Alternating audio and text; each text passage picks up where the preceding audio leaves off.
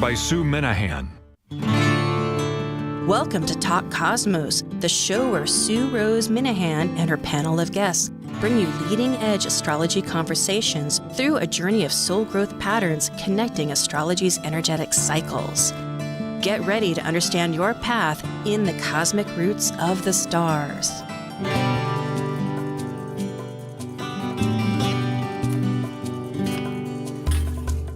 Hello, everybody. Today is June 11th, and it is Talk Cosmos with conversations awakening your consciousness. And we have a wonderful subject for our GEMINI New Moon, which is Brave New Worlds. It will be on the 18th and the 17th, depending, and we'll go through all those details. So let's just get to it. We're ready now for Archetypal Symbols. Synthesizing the current archetypal new moon energies through weaving symbol systems such as Sabian Symbols, numerology, Mayan Nawal energy days, or even tarot, connecting to the astrological data and concepts for planets and cosmos, this is your Archetypal Symbols panel. I'm Sue Rose Minahan, the founder of Talk Cosmos, an eclectic evolutionary astrologer, consultant, certified color energy life coach, vice president of the Washington State Astrological Association, member of Kepler Astrology Toastmaster Club, of a Dwarf Planet University diploma and AA with music degree. I love mythology, philosophizing, collaboration. I'm an artist, writer, a perpetual student of life. I'm Elizabeth Liz Machette, a professional astrologer, intuitive, numerologist, and tarot reader. I'm a certified sacred healing counselor, providing nurturing, in-depth consultations for individuals and couples. I'm an author, blogger, speaker, and international Reiki master and teacher. I create safe space in which to explore the deeper patterns of your life, to clarify your current circumstances and help you find your best path forward. And I'm Justin Crockett-Elsie, an archetypal astrologer, teacher, and author. I combine both Western ancient astrology and modern psychological astrology with Eastern Vedic astrology. And I specialize in predictive, electional, and karmic astrology for individuals and couples. I'm a certified aromatherapist, an essential oil specialist, and an herbalist, and I offer remedial modalities of plants for psychological life issues to empower clients with compassionate healing. I also do in-depth astrological research into arcane astrological concepts, focusing on the mystical, occult side of astrology. Eleanor Roosevelt once said, "Yesterday is history, tomorrow is a mystery, and today is a gift." And that's why it's called the present. I always love that. I know I tell you that every single time, but it is, here we are, and yet we're always talking about something in the future. Hello, Liz. Hello, Justin. Thank you for being here. It's always a treat. Well, it's great to be back. Yes, Yes. definitely. So perhaps we should just jump in with those slides. Yes, indeed, because it is going to be, again, rather late in the archetype on the third decan, as they say. That's from 20 to 30 degrees, right at 26 degrees. And in fact, if we round it off, it's 27. And here we are for individuals that are on YouTube with Liz's A Light Path is her website, and Justin's is his name, Justin Crockett-Elsie, although it's being worked on and will be prepared later, so just email him. And we have that justin.elsie@gmail. Okay, and I'm Talk Cosmos, of course. So here we are. Perhaps we should just dive right in with the numerology. Liz, what do you have to say? Well, we use the degree of the sun and moon at 26 degrees, and 2 plus 6 equals 8. So 8 is the infinity symbol if you turn the 8 on its side. Oh, I like that. It's about abundance and hard work paying off, spirituality, achievement, prosperity, determination, and responsibility. Now, I am a Mhm. number 8. I know that if just in numerology, which is fascinating, with vibrations, everything's numbers. Next week, we have good vibrations with Linda Barry telling about the theme from the summer solstice on. And I was looking at quotes, and the mathematicians, whether it's Pythagoras or Tulsa, Einstein, they all say numbers and vibrations. So adding up my date that I was born and the year, it's a number 8. But there's many other numbers. But here for a new moon with the sun and the moon, that really, how would we say that? Justin, maybe too, with Well, that 2 and that 6, we can break it down. That 2 relates to relationships, partnerships, and 6 relates to responsibility, work, health. There's sort of this loyal, responsible energy that comes through the 26. And I've noticed in my own work, and I know that Liz is master numerologist as well there, that a lot of times 2-6, when it's in a personality, as a person that's loyal in relationships, and there's a need to be of service in relationships, sort of that Virgo energy that we come about. And 8 being, of course, adding up to 8, which is about manifesting. 8 is the number of money in Chinese astrology, and is a power thing. Well, it's very interesting because it could have been 3 and 5 or 1 and 7, which is all in, with numerology. I know there's books, and it's that small incremental part. So here's service and partnerships, connections, you might say. That's That's beautiful. part of it, yeah. Liz, do you have something more, or shall I go to the next? Yeah, the 6 to me also is about family too. And you were mentioning the different ways to come up with the 8. Well, if you just have 8 plain and simple, it's that energy, but then adding the 2 and 6, it just kind of adds an extra energy to that. And I find that number 8s, oftentimes there's this lucky part to them, or that things come to them unexpectedly, but in a good way. I wonder if that really gets down to the whole idea of manifestation, because if you're ambitious, want achievement, you have to learn that what you give is what you get. And so having the highest and feeling the closest to what you're wanting to obtain gravitates that, it's like an energy attraction. So, okay. And for those people who wonder why we're talking about numerology is because, and how it works is that, way back when ancient civilizations realized that numbers measure vibration, frequency, and sound, and that's how we get, how they assign numbers to letters in the Bible, the biblical code, right? And so that's why numerology works. Yes, and thank you, because that brings it full circle. As I was saying, next week we have good vibrations, which is vibrational astrology, and it totally works.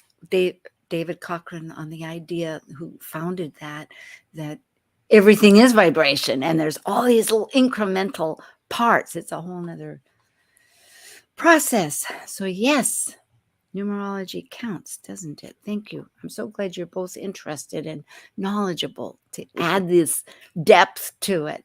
Tarot's another common facet that is a window into looking at what the meaningfulness is. And for Gemini, it's the Lovers, which is the number 6. So isn't that interesting? It goes right back to just that little subtlety of family, or you might say, or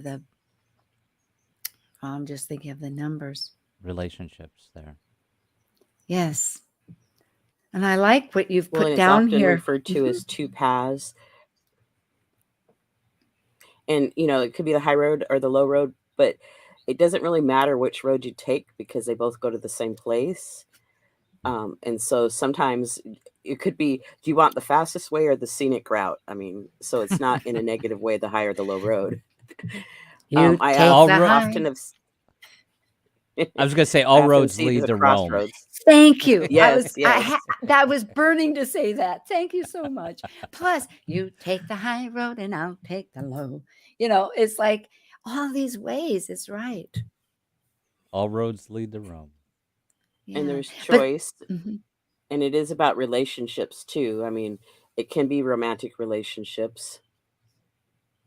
Yes, not lovers in the sense, yes, it is, but yet it's also that broad sense of relationships. And I suppose whatever we love, we have a relationship with, yes?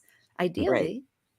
Yeah. And to release one thing to gain something else. So it could be if you're getting married, you have to release being single, and now you're married. So is it a bad thing? No, it just is. So, Or, and conversely, that is very interesting. Having a Libra moon here, I never thought of it that way. I thought it more of a complementary, but I have learned that through marriage, you can find yourself, because if you stay long enough, you have to go your own route a little bit more than maybe you would have. I mean, there's that side of it too.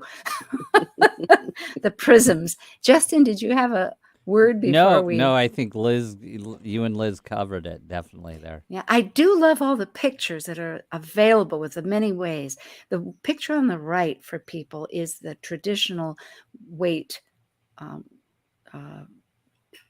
Rider-Waite-Smith deck. Rider-Waite-Smith deck, yes. But the one on the left is a new concept that gets shared, and many others too. So again, it shows that relationship. Of course, the sun and the moon is paramount with our world. Yes. Well, the Sabian symbols, this is another mystical analogies, metaphors, imageries created originally. Well, yes, I believe so, with Elsie Wheeler, 1925. It's going on 100 years. With the astrologer Mark with a C, Edmund with a U, Jones, because we do have our wonderful UK, England, current astrologer named Mark Jones, who works so closely with the nodes and psychological astrology. But here, a single Sabian symbol image represents a spiritual essence for each and every 360 degrees of the entire 12-sign zodiac horoscope. Always announce that. We may have new people because we do review that. And there's many interpretations, but I think we all agree that Dane Rudhyar really has a great focus. Yes, and there's other books and authors that have done quite a bit of work on the Sabian symbols, and they all add, their little interpretation, which is really cool sometimes to compare the different ones. But for us, we're using the Rudhyars for the show. Excuse me. I was just going to say, and this kind of takes us back full circle. What we're talking about, vibration, frequency. That each of the degrees within the sky has a particular frequency or vibration to it. Each of the degrees, and this is why we can separate them out into archetypal symbols. Good point.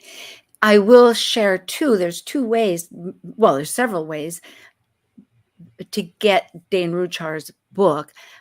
Astrology University has it online, and they are also republishing his book. And you can also search for it, and it's, I think, Mindset. But the mandala is Dane Rudhyar's book.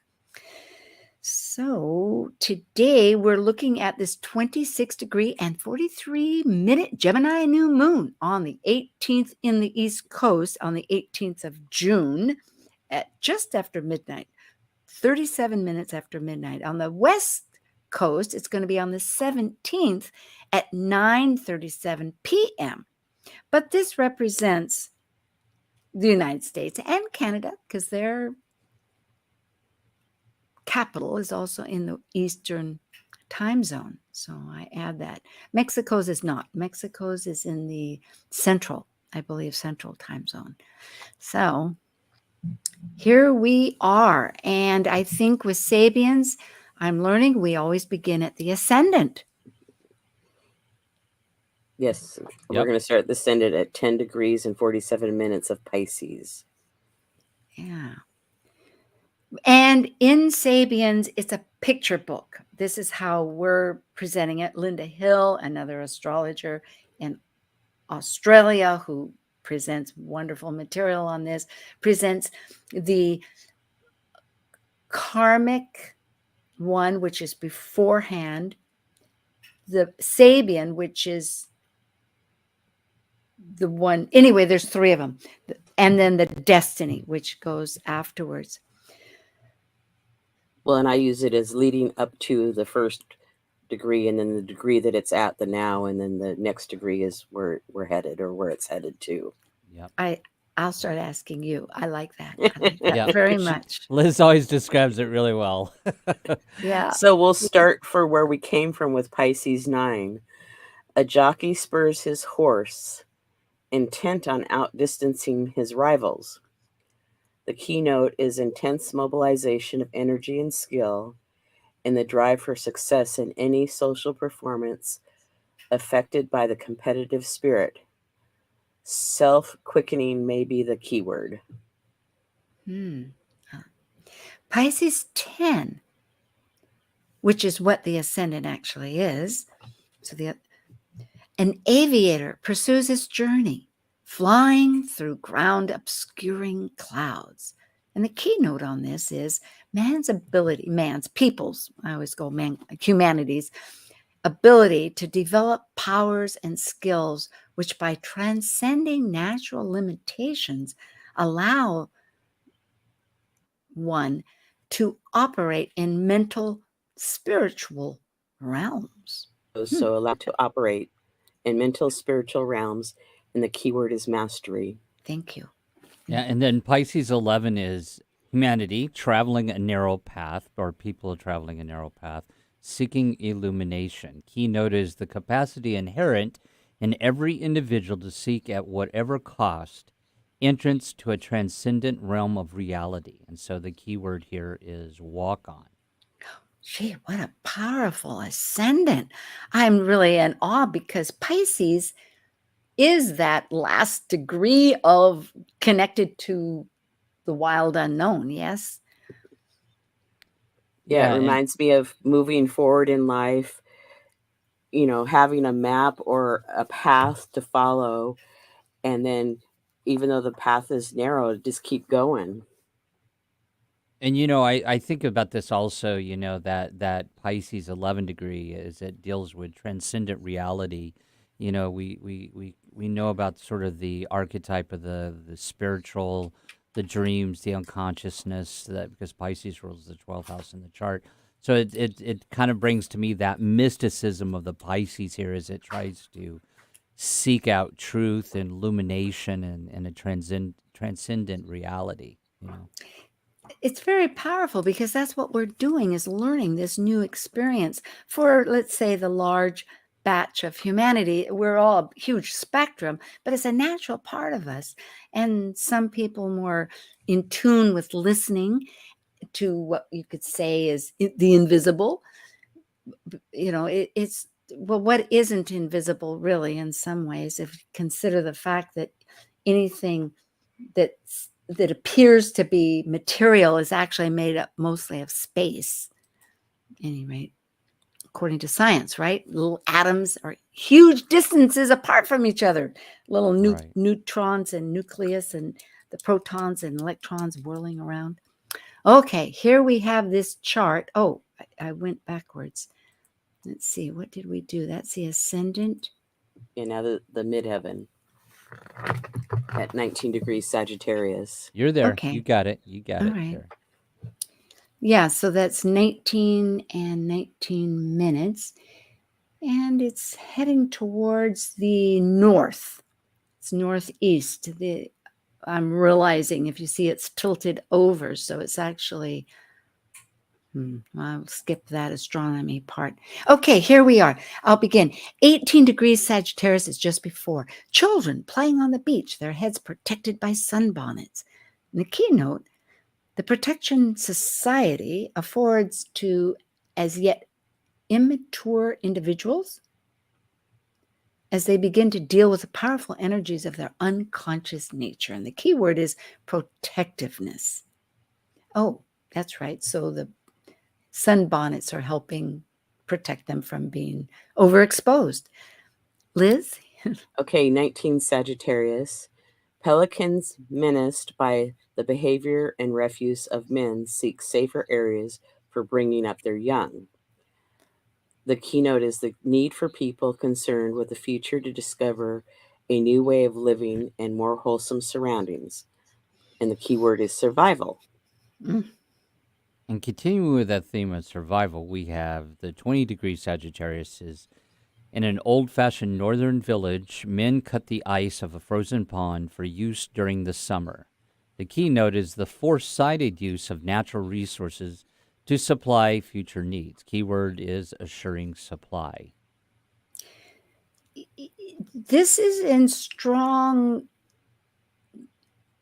contrast to the ascended. It relates, but not necessarily. It seems like, and we will see this in the chart where there's this emphasis with the material. Pluto just returned to Capricorn. So we're really working with the material once again, how to reconstruct it, or what we may have missed, and the opportunities, or Well, the wisdom. You know what this kind of reminds me of conceptually, because we know that ascended is how we're moving forward in the world at this particular period of time. And to me, it's almost like the why, and then the midheaven, and where we're trying to ultimately go to is the how. So as we go through this period of that self-quickening of energy, as we get into the spring, and this kind of way I can kind of conceptualize it. We kind of that quickening of the spring. We want to that jockey, the quickening of energy. But as we're moving forward, we want to make sure we have all our resources. We're protected. We have survival techniques here. We're being the alchemist with our resources to make sure that we have assured supply as we move towards that self-quickening and journeying. And that's kind of how I love this. My Gemini mind conceptualizes that the why and the how. I appreciate that so much, Justin, because it does link it together. If we're regrouping it collectively on a broad scale, this ability to garner how to work with the universe on an individual basis in order to achieve what we want to produce out in the world, what a glorious assistance. It works in tandem, and it reconstructs really how we think of the material. I support that. Liz will be back in a moment. I know she must have just lost energy. I hope it's not throughout the whole show, but we'll find out. Yeah. Well, we'll go to the next, which is the new moon itself at 26 degrees and 43 minutes. And in this chart, it's in the 4th house of our foundation. Mm-hmm. All right. And I'll read the first and you can read the second too. 25 degrees Gemini. That's just prior to the 26 degrees for those folks listening. A gardener trimming large palm trees. Keynote, bringing under control nature's power of expansion. And the key word is pruning. And 26, which it is at this moment, frost-covered trees against winter skies. The keynote, the revelation of archetypal form and essential rhythm of existence. And the key word is essentialization, which is so true about Saturn. It's just that essential energy.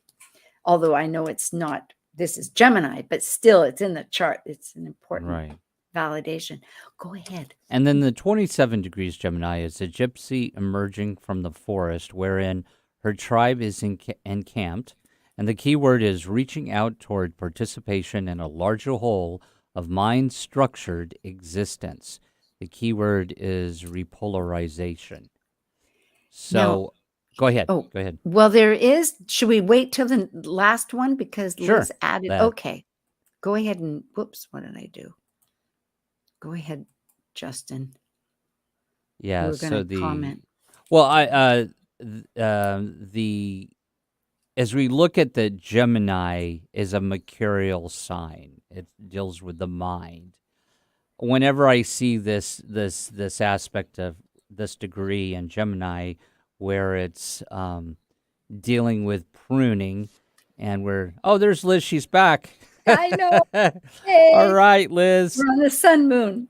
Go We're on ahead. the sun and moon. So we just read through 25 and 27, Liz, and then so we want to go ahead to 28 there, Sue? No, go ahead and comment, and then we can catch up with Liz. I mean, she knows all this. So go ahead, please. Yeah, no, I was waiting. just going to mention, Liz, that we were talking about sort of this is very mercurial, this Gemini here, and in my experience that the pruning can relate to the pruning of thoughts, and kind of how we are going through some type of repolarization of our thoughts and our communications, and kind of restructuring, and kind of, like I always say, clearing out the hard drive when I think of pruning the letting go of something so you can make room for new information coming in. Perfect. What do you think, Liz, there? Well, yeah, pruning can be like, cleaning out the flower bed or cleaning out your closet. It can, making room for other things or just making more space. So I like how you said that. That's great. It can be really old files on your computer. It's Mhm. all this distracting thoughts, being a card holding Gemini here, that's just distracting you. And I love this tie back to what we had said about the ascendant also purifying, or it wasn't purifying, but it's really true. Isn't this a beautiful system? I'm waiting now for the fourth one that Liz did, but really it's a matter of pruning and finding out what's essential and then reconstructing what you get without all the clutter. Okay, let's see. 28 degrees. Go ahead, Liz. Let's have it. Through bankruptcy, society gives to an overburdened individual the opportunity to begin again.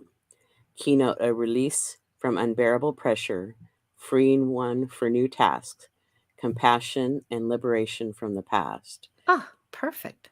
So a new world, a new opportunity. Yes.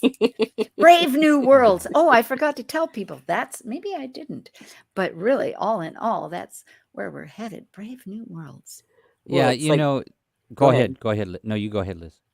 Well, I was going to jump somewhere else, so you go first. Okay, okay. I was just gonna say, I was thinking of, and I'm sure you two have clients in the last few weeks about this. I think a lot of people are kind of going through a lot of pressures and a lot of stuff going on right now, and that pruning, or that people saying, okay, I need to evaluate some things right now in my life. Do I need to be dealing with this, and I'm going to let it go. Let's just prune it off.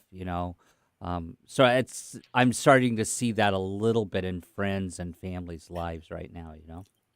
Absolutely. And I really go back to Pluto. It just went retrograde. And I know that just ahead of this is going to be Saturn, but it is that rechurning of what's living and what's not. Liz, what were you going to add? Well, the ascendant is talking about keep moving forward in a nutshell, and the midheaven is, to me, breaking it down is, we need to have shelter, food, and clothing. And then basically the sun and moon is saying, okay, we're moving forward, clean out the dross, basically, and begin again. It's like, just keep going. So there's, Brave New Worlds was a great tagline for this. Yeah, it was an intuitive hit, actually.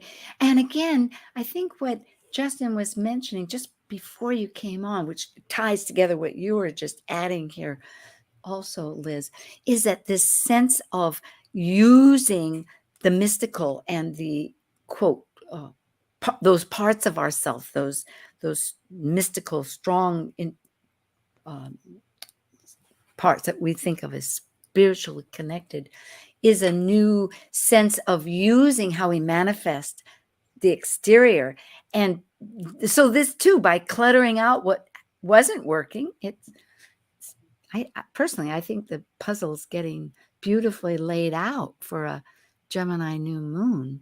Yeah, Liz, I like how you just kind of summarized it all there, and you brought it back to the Brave New World.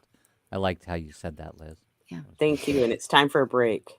Okay, well, I will say just before we go, and we are, in fact, we're a minute over, just to remind people that on the 18th at 4:37 a.m., it's going to be in Greenwich, which is the world point in England. But an hour later, because it is summer for British summertime, it's going to be at 5:37 a.m. And here on this continent in the North America, it's going to be just after midnight on the 18th. But because if we go backwards on the West Coast and Hawaii, it's going to be in the evening on the 17th. That's at 9:37 p.m. for Pacific Daylight Time and Arizona. That never changes. And then here in Hawaii, it's going to be 6:37 p.m. Hawaii Standard Time on the 17th. Okay, we are ready now. Archetypal Symbols with Justin Crockett-Elsie, Elizabeth Mouchette, and myself, Sue Minahan. We'll be back about this wonderful Gemini new moon happening in a week.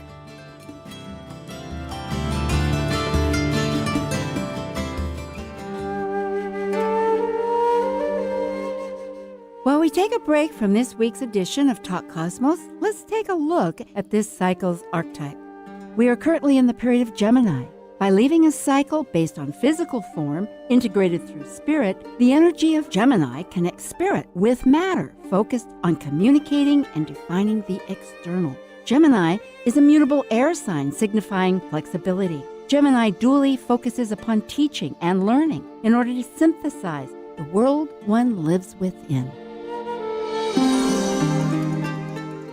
This is Martha Norwalk, every Sunday morning beginning at 9 a.m. Thanks in part to the Ananda Institute of Living Yoga, we cover the world of animals. This week, June 18th, it's Behavior Training and Healing Sunday with me, and talk with your animals or human loved ones on this side or the other, feng shui and personal awareness coaching with Natasha Venter.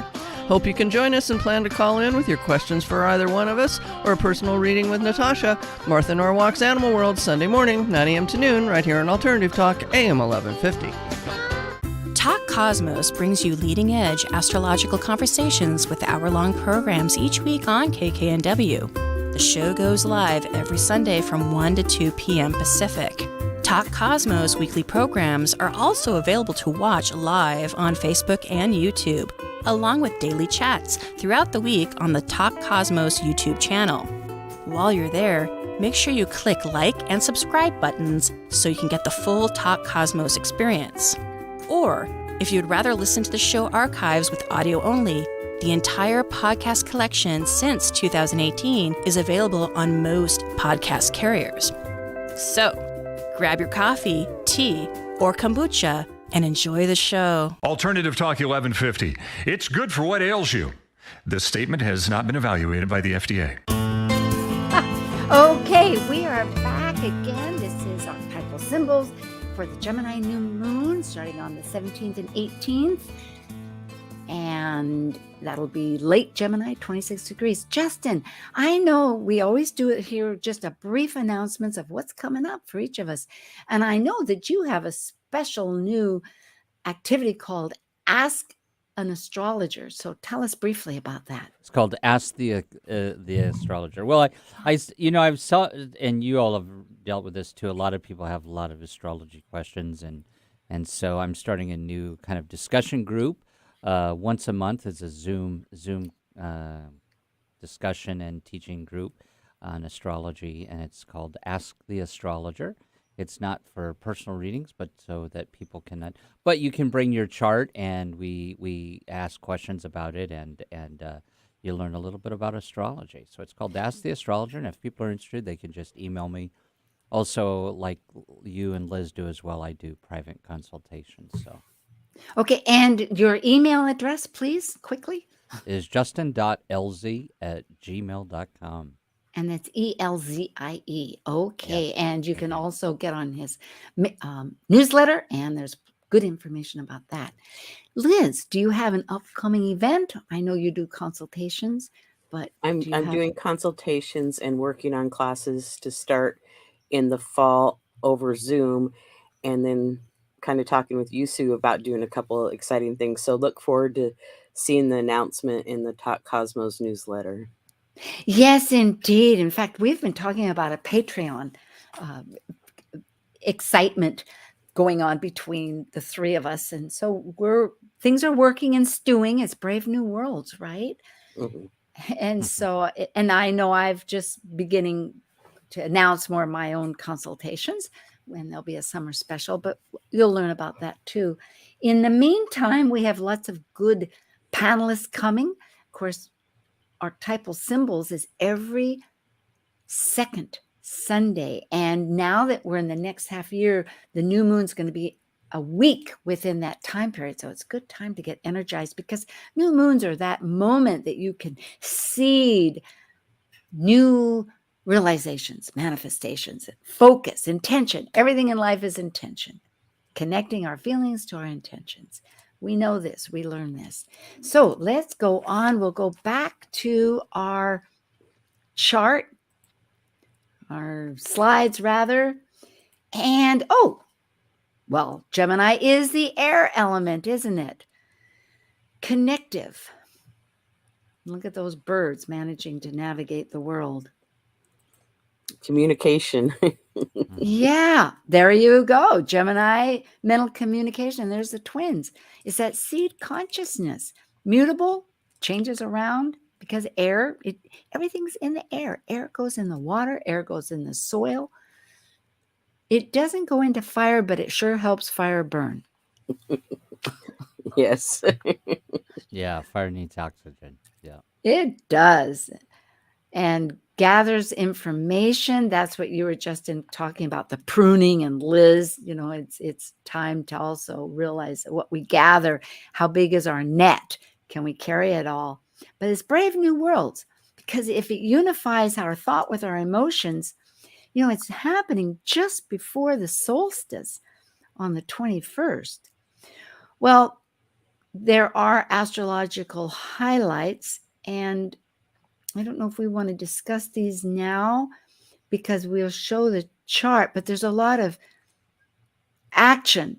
T-squares are our language for saying there's action in between these archetypal energies. And there's a few of them. And then plus the fact that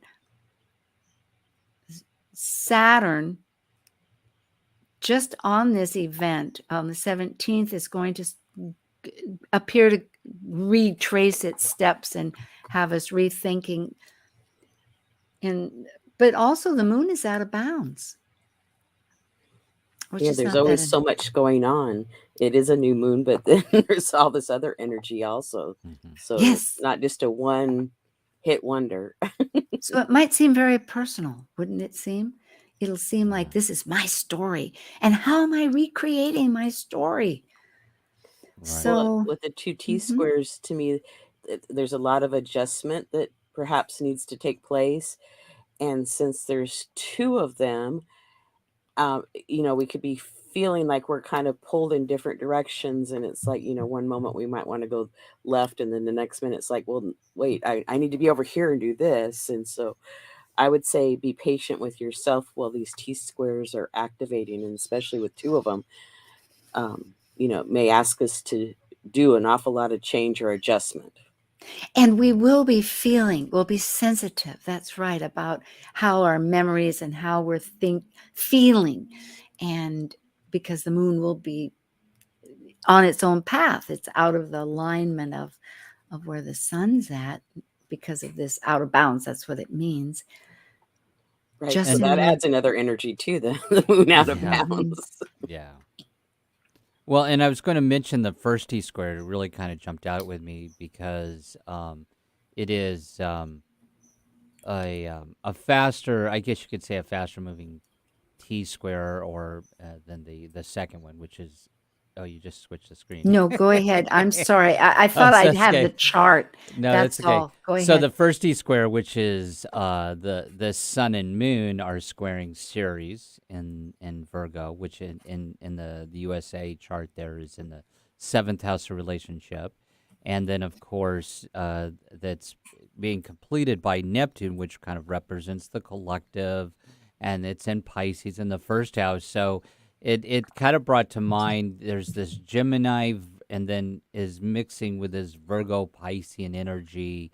So it's definitely brings back to the theme of what we saw before is about some relationships and partnerships and communications, stuff that's going to be sort of more of a focus. That's what I kind of see in that T square that has to be evaluated, or as we say with squares, has to be kind of restructured a little bit. Yeah. And that T square is mutable, so it's there's a movement with it, to finish up some things, and then, change would also kind of go along with that too. So it's really reinforcing the change and the adjustments that are being asked of us and the world to take place. And I suppose really opportunity, listening to you both, recognizing opportunity sits at every moment, is that choice of grabbing it, because that energy, looking at Jupiter, the big planet that touches and makes everything big, expansive, is in the direction that we're all headed. And so it's really a matter of making lemonade out of lemons and working on the path. These are some more astrological insights, and I don't really know. It's always a juggle here to present them or the chart, but we can talk about it a little bit here, I suppose, because what you were talking about, Justin, it will become more evident. I think that's it. Everything we're saying is going to get replicated a little bit more with what we're saying, because these planets are really connecting with each other. And the two planets that are in tension, wanting activation, that are also in a what we call a sextile, meaning they're in a flowing, not a flowing, but they want harmonious. They want something harmonious to work out between them.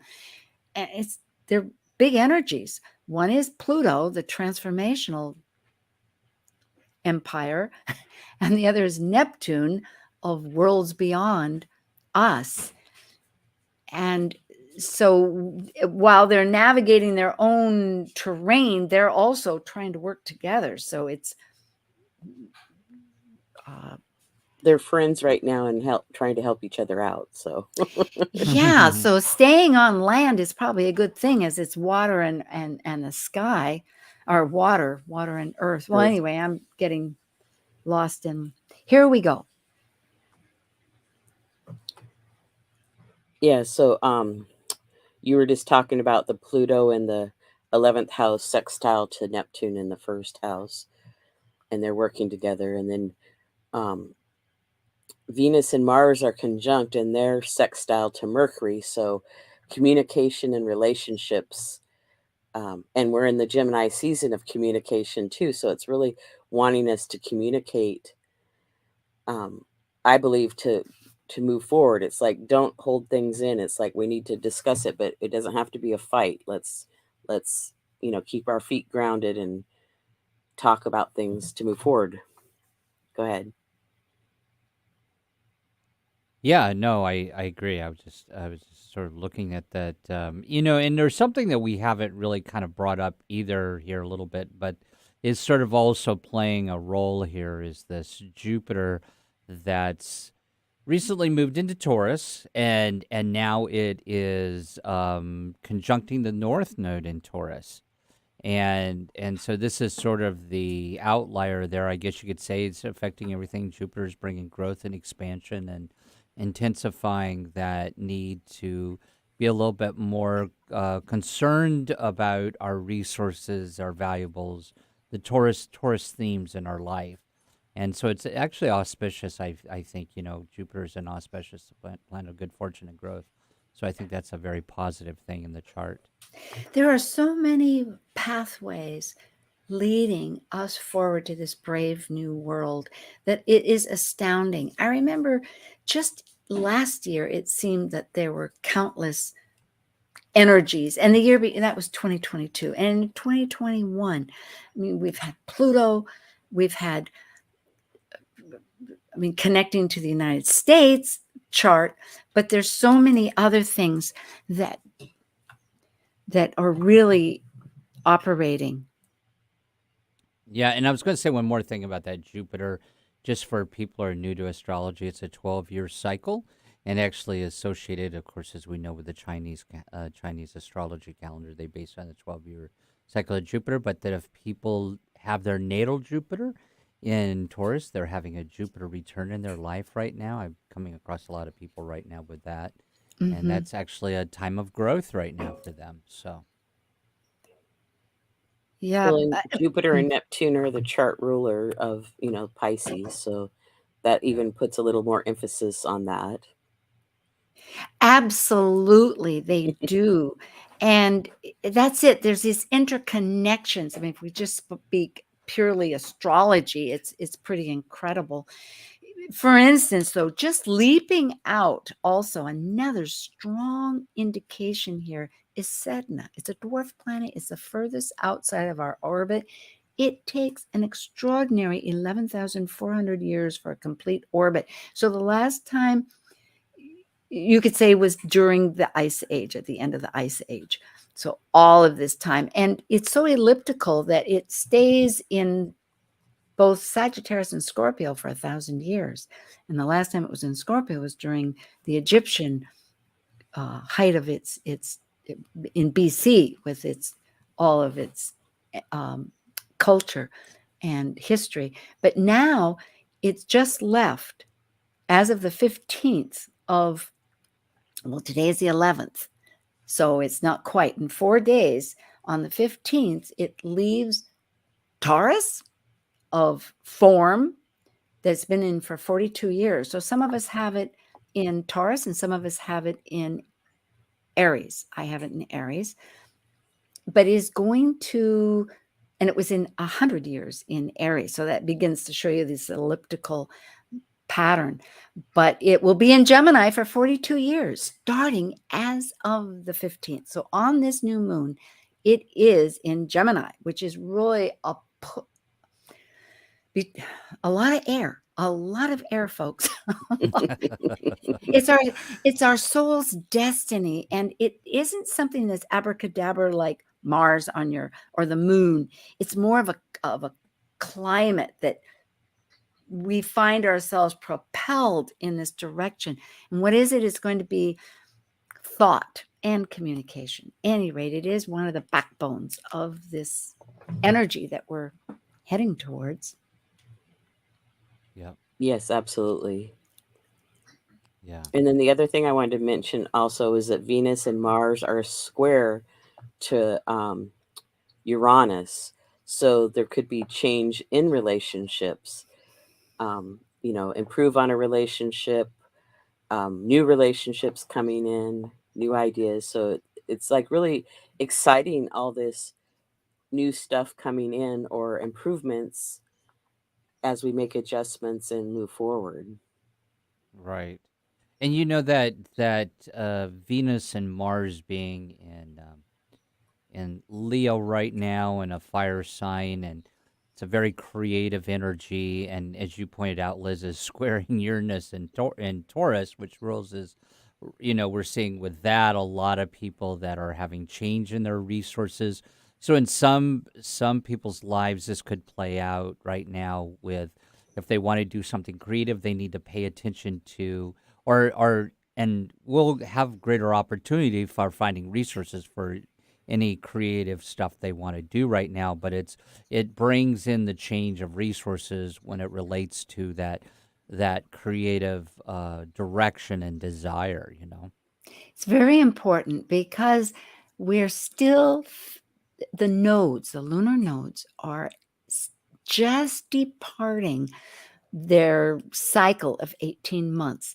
On July 17th, they will be entering into, they go backwards, and they'll be in Aries and as the north node, and the south node will be Libra. Kay Taylor, president of OPA, will be giving us talk with me on the 16th of April, or not April, July, thank you, about this. But here it's still in the north node of Taurus, which looks to Venus. Venus and Mars are going to be so pivotal like they are now.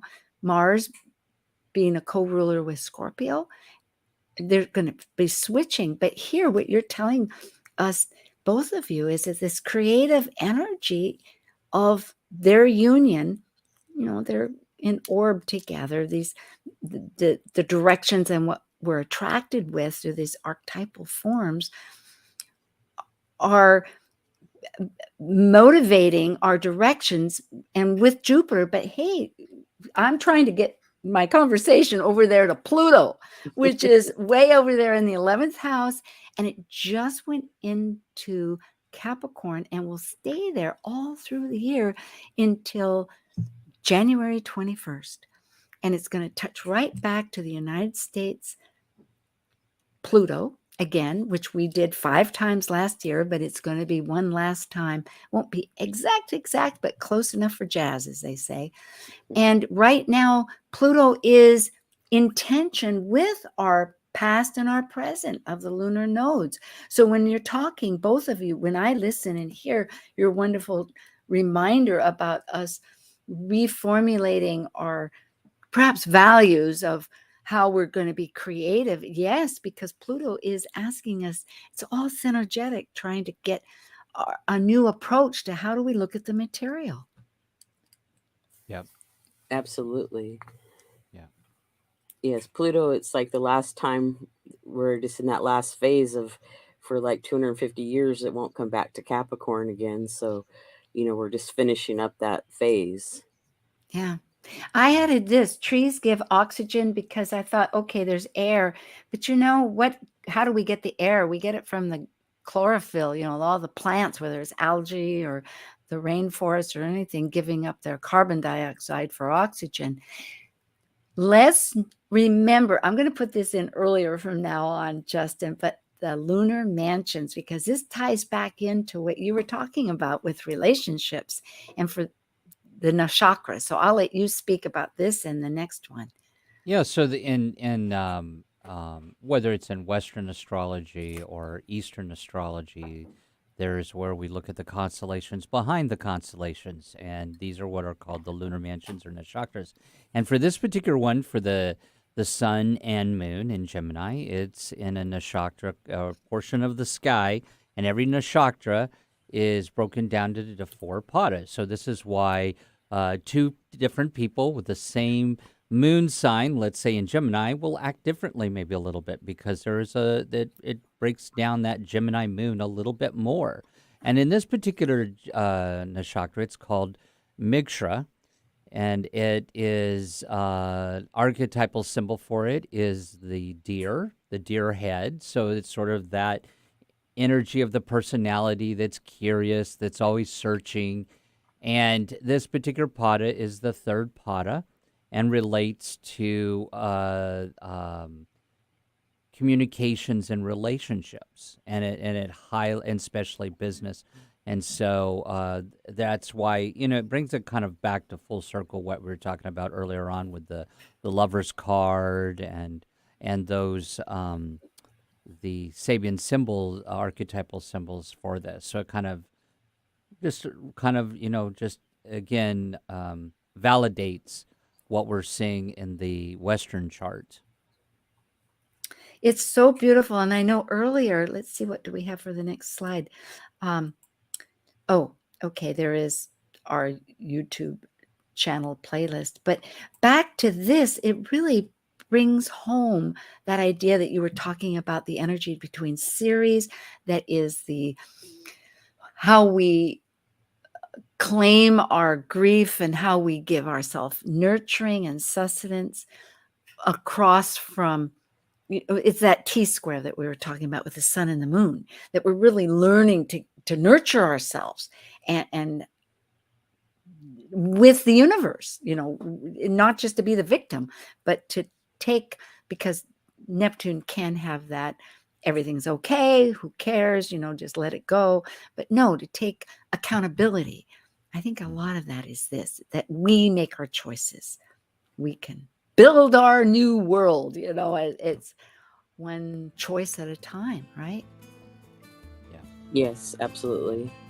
Yep. Yeah. Well, it's always a real treasure exploring these archetypes with you both, these metaphysical wonders. And I know that for our audience, we appreciate you so much. Do subscribe. We have things in the offerings, and we would love to present it to you. And we thank you so much. So It was great being here with everybody next month. Yeah. Yeah. Thank you. I love discussing this with both of you. Oh, yes, new treasures. Okay, well, parting must begin, and I suppose to begin again, right? Okay. Till soon. Thank you for joining us on Talk Cosmos, the show where Sue Minahan and her panel of guests connect soul growth patterns with the energetic cycles of astrology. Be sure to tune in next Sunday at 1 p.m. Pacific Time to continue your journey through the roots of the cosmic pathway.